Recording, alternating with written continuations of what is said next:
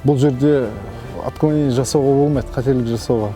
Жүйе жүрмей қалуы мүмкін. Сол себепті мұқият болып өте проектіге және технадзорлармен және өзіміздің құрылыс компаниясының мүшелерімен ақылдаса отыра жұмыс графикке жаңағы кестеге сәйкес кезең-кезеңмен жүріп отыр қазіргі таңда.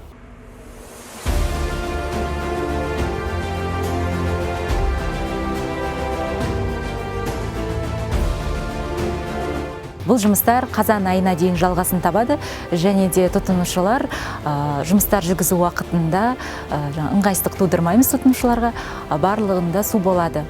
Қазіргі кезде біз Бұзырбаев көшесіндегі қайта жөндеу жұмыстарына келіп отырмыз. Бұл жерде біз кәріз желілерін ауыстырып отырмыз.